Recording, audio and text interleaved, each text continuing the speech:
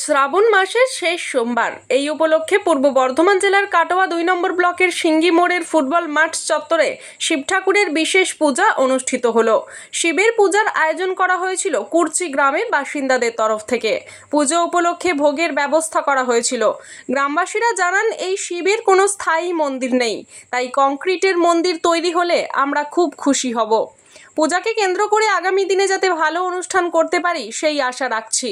আজ পুজো দেখতে বহু ভক্ত ভিড় জমান সিঙ্গি মোড়ের ফুটবল মাঠ চত্বরে।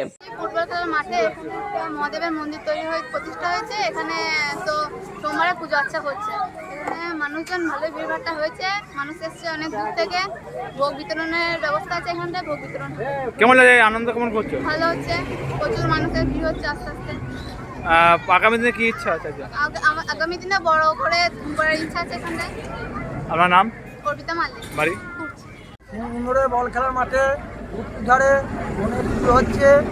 তা গ্রামের বাসিন্দা সবাই আছে। কি পুজো? শিবের পুজো। হ্যাঁ। আজ যে শ্রাবণ মাসের শেষ সোমবার আমাদের শিবের পুজো হচ্ছে, তার জন্যে আমরা উপলক্ষে ভোগ বা অন্য কোনো ব্যবস্থা করছি। আশা করছি করব, অনুষ্ঠানও করব। আগামী দিনে আর একটু বড় করে করবার চেষ্টা করছি। মন্দিরে তো মানুষের ভিড়ভাড়টা কেমন? মানুষ ভিড় তো খুবই আছে, ভালোই আছে। ক বছর পড়লো এই অনুষ্ঠানটা আপনাদের? হ্যাঁ, ক বছর পড়লো? আজ 2 বছর হয়ে গেল।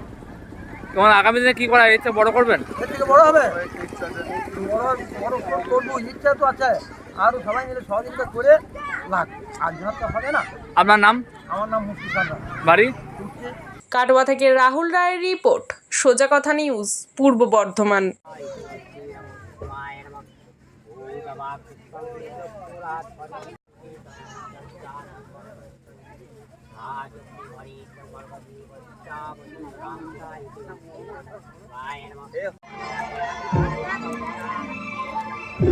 দান দান দান